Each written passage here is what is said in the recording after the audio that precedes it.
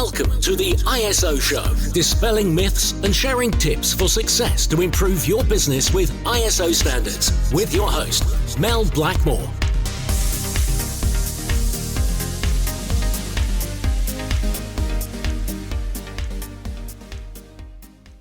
Hello and welcome to the ISO Show. Well, today's episode is going to be slightly different in that we're looking specifically at the Sustainable Development Goals set out by the United Nations back in 2015. The reason for doing this is that we've focused on sustainability standards over the last couple of years on the podcast, and we feel it's really important for organisations to appreciate that the ISO standards that they have in place, in many respects, are aligned with the 17 SDG, the 17 Sustainable Development Goals, but they may not be that clear on which standards and how they can be aligned with their organisation's management system. So I'm going to record a couple of episodes where we'll be talking a little bit more about the Sustainable Development Goals. And because it is quite a large topic, but also a very important one that I know that many organisations will have on their agenda for aligning their business with the SDG, but may not know where to begin, hopefully I'll be able to break down the 17 goals for you in a way that is a bit more understandable in relation to the ISO standards. So before we begin, what is the Sustainable Development Goals? For those of you that don't know, the Sustainable Development Goals were adopted by the United Nations in 2015 as a call to action, basically, for people across the globe to address 5 critical areas of importance by 2030. And, I'm recording this in 2022, that's not too far away now. And time's creeping on. So, it is a really important area. So it's to address 5 critical areas of importance by 2030, which include people, planet, prosperity, peace, and partnership. Okay, so the SDG was established, as I said, by the United Nations, which represents 193 countries globally. And they all agreed to adopt the 2030 Agenda for Sustainable Development. And this historic agenda lays out the 17 Sustainable Development Goals. And this is aimed at targeting dignity, peace and prosperity for the planet and humankind. Okay, so we've got a huge task ahead of us if we are actually going to demonstrate some results by 2030. It's really important that all organisations play their part. So what are the 17 SDGs? Okay, now what I'm going to do is I'll just give you an overview on the 17, but this episode is going to be focusing on the first 9, and then the next recording I'll complete the rest of the SDGs. And then the episode following that, I'll be talking about alignment of your management system with some of these SDGs, some of the more popular ISO standards that you may already have in place already. So what are the 17 SDGs? Number 1 is poverty, no poverty, okay, to end poverty in all its form, everywhere. Goal 2 is zero hunger, which is to end hunger, achieve food security and improve nutrition and promote sustainable agriculture. Goal 3 is good health and well-being, something that we all take for granted, but in many countries it's just not there. So this is to ensure healthy lives and promote well-being for all at all ages. Goal 4, quality education. Again, many of us take this for granted, but this is to ensure inclusive and equitable quality education for all and promote lifelong learning opportunities for all. Now, you may recall I recorded an episode, What is ISO? It was about a year ago now. Obviously, people know that it's the International Standards Organisation, but where did the term ISO come from? Well, it comes from the Greek word equal, okay? So everybody is equal. And I think now more than ever, these ISO standards will be playing an extremely important role in order to meet the SDG. Goal 5, gender equality. So achieve gender equality and empower all women and girls. Goal 6, clean water and sanitation, ensuring availability and sustainable management of water and sanitation for all. Goal 7, affordable and clean energy, ensure access to affordable, reliable, sustainable and modern energy for all. Now we are going to be covering a standard in that area that will be relevant to all ISO show listeners because we all use energy within our organisations. Goal 8, decent work and economic growth.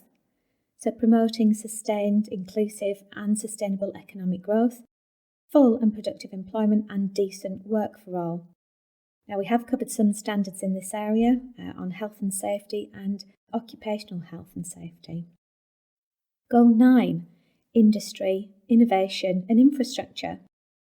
The aim of this is to build resilient infrastructure, promote inclusive and sustainable industrialisation and foster innovation. Goal 10, reduced inequality. So this is looking at an even playing field by reducing inequality within and among countries. Goal 11, sustainable cities and communities. So this is all about making cities and human settlements inclusive, safe, resilient and sustainable for the future. Goal 12, responsible consumption and production, ensuring that sustainable consumption and production patterns. So we know that in some countries we are over-consuming. Okay, we are purchasing lots of things, too much food, and there is an imbalance there because obviously there are many that go without. Goal 13, climate action. Take urgent action to combat climate change and its impact. So we have covered many podcasts in this area on reducing your carbon footprint, and that's something that we'll be talking about in the next episode as well.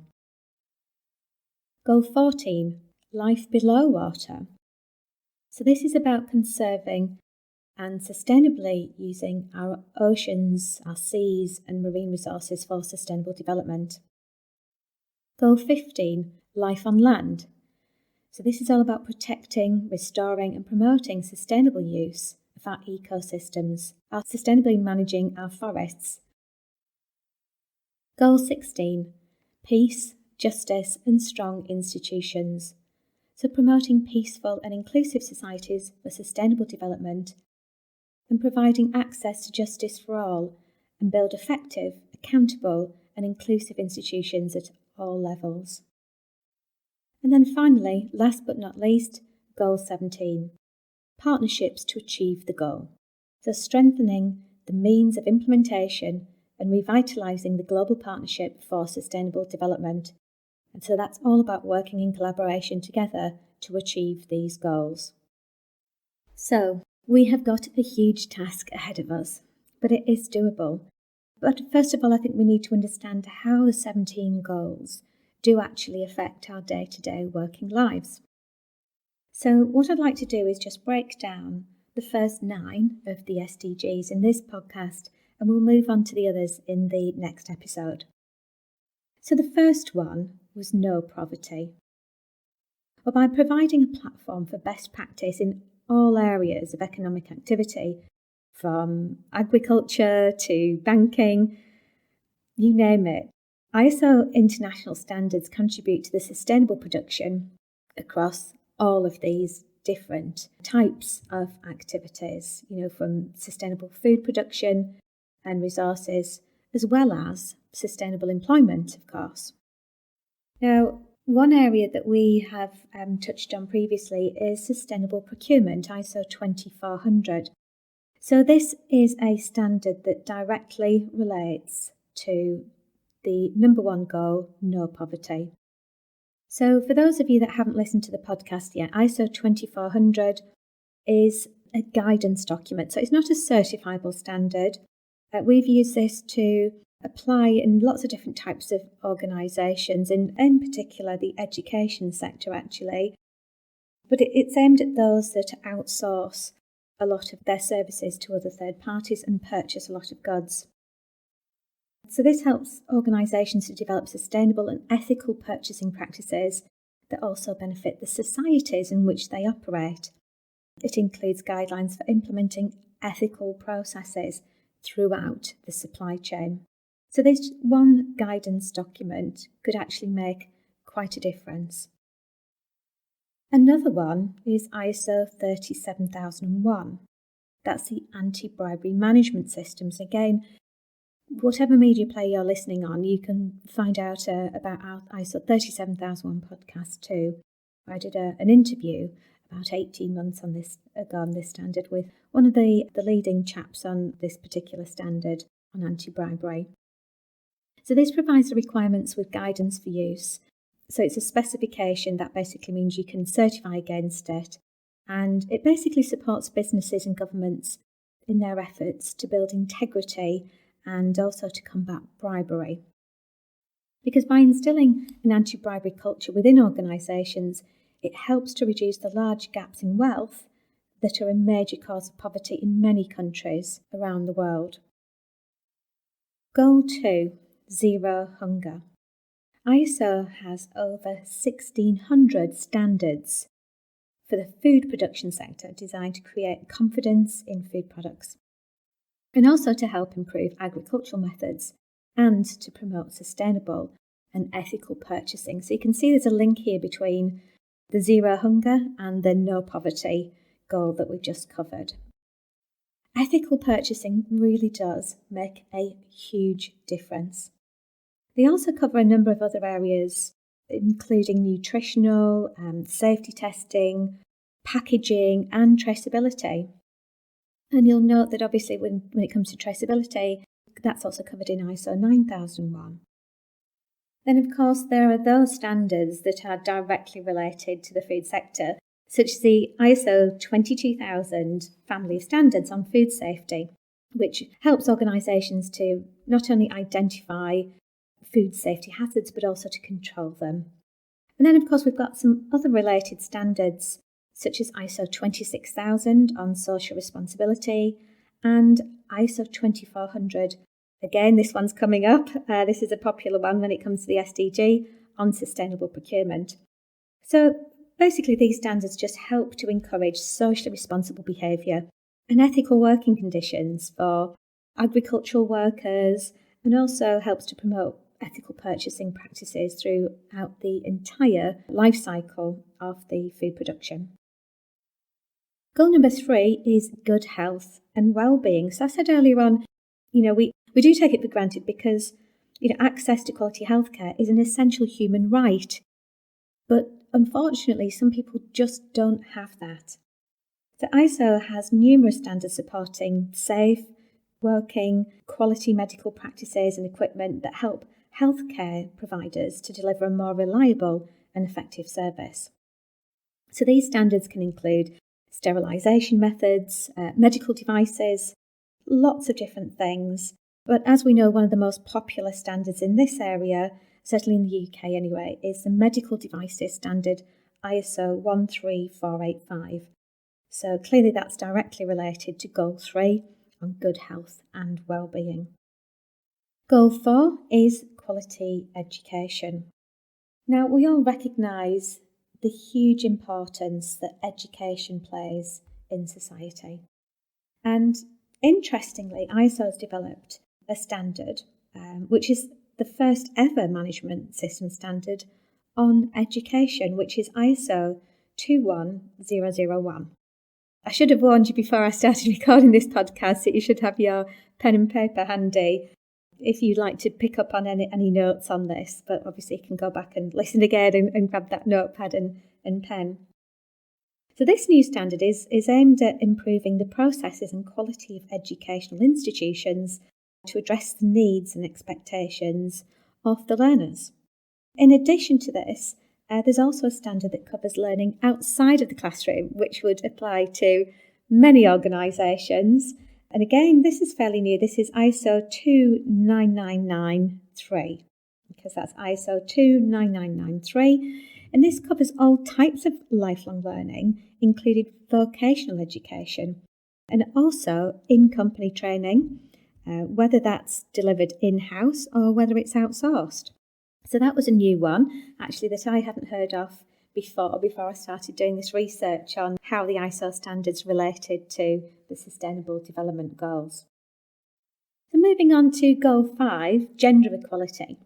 So as we know, gender equality is a key component of all social responsibility, and the empowerment of women and their equality in society is underlined in ISO 26000. So again, the standards cropping up, which is the guidance on social responsibility.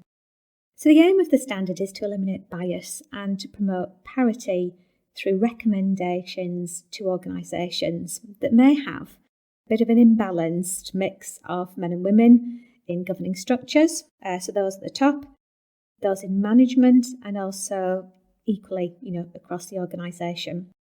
So this does touch on things like recruitment, career opportunities and pay, and it's just basically making sure that the needs of men and women are given equal consideration in companies' decisions and their activities. But interestingly, talking about representation, obviously I've been working in this profession for a long time, and in my experience it is very male dominated. It's fantastic to see that there are more and more women getting into auditing, assessing, and at management and higher level, which is really encouraging.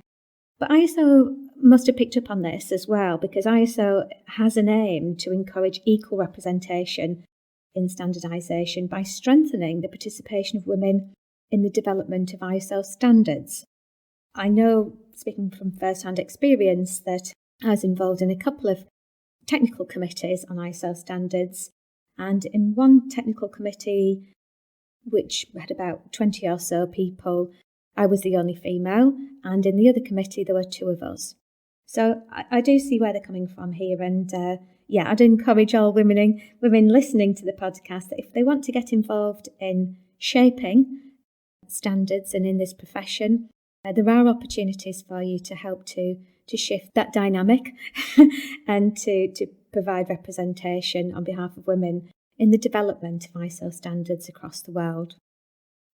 Goal 6 is clean water and sanitation. So globally, over 80% of wastewater generated by society flows back into the ecosystems without being treated or reused. That's amazing, isn't it? I'll just repeat that because I think that's just astounding. So globally, of 80% of wastewater generated goes back into that ecosystem without being treated or reused. In addition to that, around 40% of the world's population just simply doesn't have enough water to sustain its needs. So ISO standards has many, many standards for water management. Now this may be getting a little bit too technical for most businesses who aren't involved with water management, but it does cover everything from wastewater to sewage works, water reuse, and water footprint monitoring as well. But the standard that's been created specifically to help communities manage their drinking water and wastewater is a standard called ISO 24518. But of course, if you've got ISO 14001, one of the areas that you should be monitoring is consumption of water. Okay, so you can do your bit by monitoring and measurement that, and also looking at controls for reduction of use of water. Now, if you're in facilities management, and we know that a lot of our podcast listeners are, there is practical guidance on the management and maintenance of basic on-site domestic wastewater services, which is a recently published ISO 24521. Okay, so that's ISO 24521, which offers advice on training users and operators associated with water management, and also evaluating risks and designing and building basic on-site domestic wastewater systems. So the next one is something that affects us all. It's all about energy. So Goal 7 is affordable and clean energy. Now, there's been a huge increase in the development of standards in this area, ISO now has more than 200 ISO standards related to energy efficiency and renewables. And there are many more under development. It's a very, very active group of committees there that are working very hard on developing standards of best practice when it comes to energy management. But one standard that you may have heard of, which is, I'd say, the most popular standard on energy management, is ISO 50001. Now, we have covered some podcasts on 50001, both on implementation of the energy management standard, how to implement an energy management system, and also interviews with people that have implemented 50001 too. So ultimately, ISO 50001 provides the requirements for an organisation to use energy more efficiently through the development and implementation of having a systemised approach to managing your energy. Now, on the flip side, if you're responsible for buildings, so not just the people and the processes within the buildings, but you're responsible for the buildings themselves, whether that's design, construction or maintenance, then there is a series of standards called ISO 52000. So that's ISO 52000. So that's a series of standards for the energy performance of buildings, which is expected, it's supposed to be, obviously this is all fairly new, but it's expected to help the construction industry attain energy efficiency improvements. So let's hope that does make a difference. Goal number 8, decent work and economic growth. Okay, so international standards, simply by their very nature, promote economic growth by setting a common language and internationally agreed specifications that can be applied in the development of national and international regulations. And we know that, from first-hand experience of implementing ISO standards, that one of the things that we look at are what are the local legislation, regulation that an organisation needs to comply with. But many organisations are implementing ISO standards to provide a better workplace to grow and ultimately help to grow the economy as well. And one of the things that I'd like to touch on, though, is about creating good work environments, good working practices, so that we can provide decent work environments that will then support that economic growth. ISO has many, many standards in this area that do promote decent growth, but I'd say out of all of them, one standard in particular that many companies will have that may not recognise that this does meet the SDG goal number 8 is ISO 45001, the health and safety standard. Okay, so this is designed to help companies and organisations worldwide to protect the health and safety of people who work for them.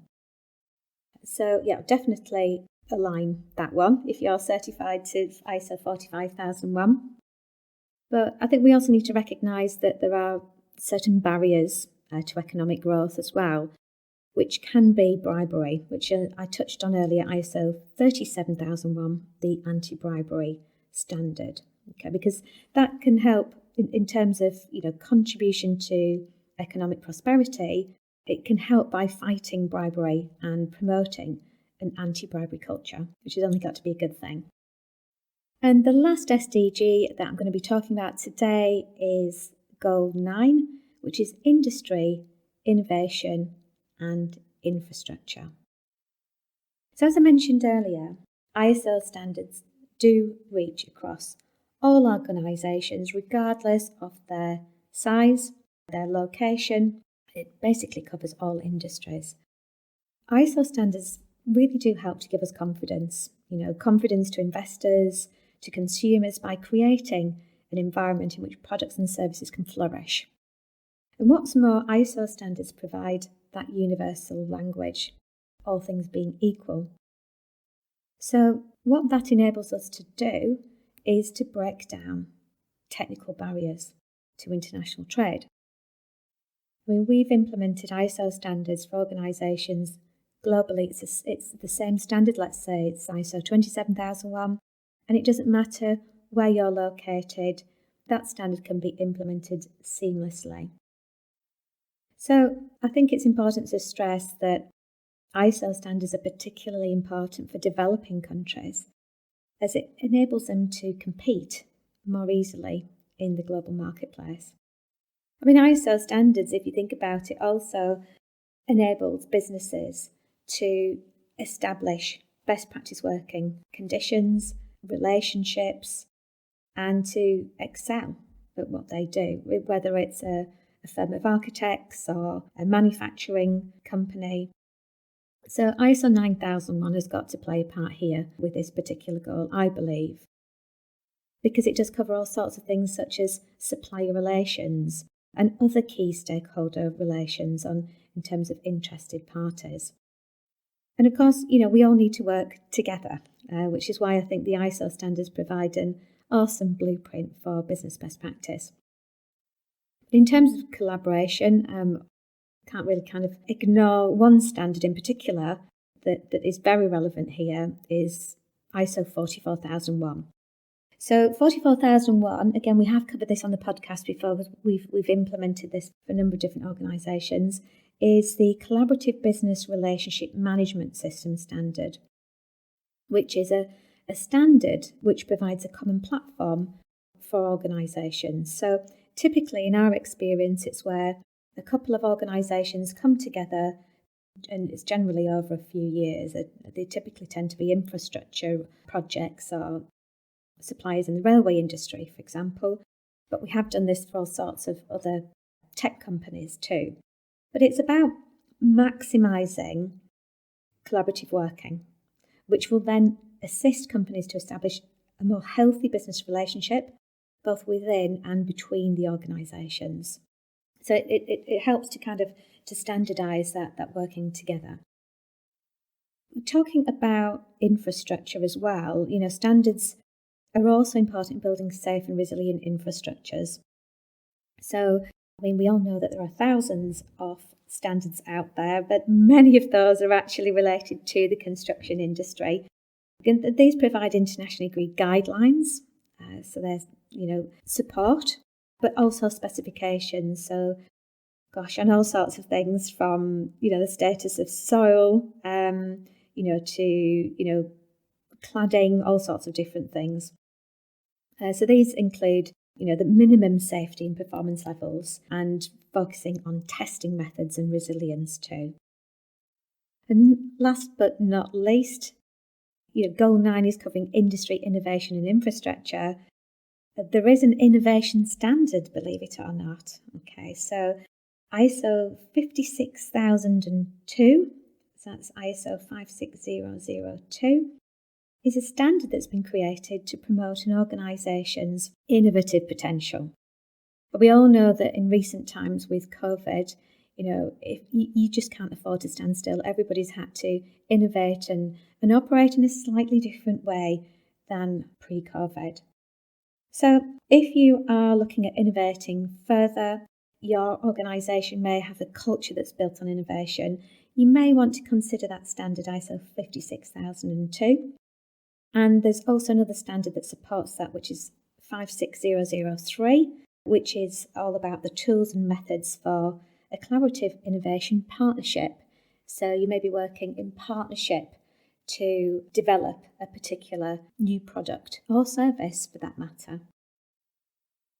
Okay, so today's podcast has been quite technical. We've covered a number of different ISO standards, and hopefully that's starting to give you a bit of a flavour on how ISO standards relate to the Sustainable Development Goals. If you've got any questions to ask me, or if you'd like to go back and have a look at the show notes, if you've been driving or walking the dog and you haven't had a pen and paper handy, then please do check out our show notes, which will have links to the various ISO standards for you to go back and find out a bit more information on if that's an area of interest for you. So really look forward to catching up with you on the next podcast, where we'll cover the rest of the Sustainable Development Goals. Thanks very much for listening, and I look forward to catching up with you on the next ISO show.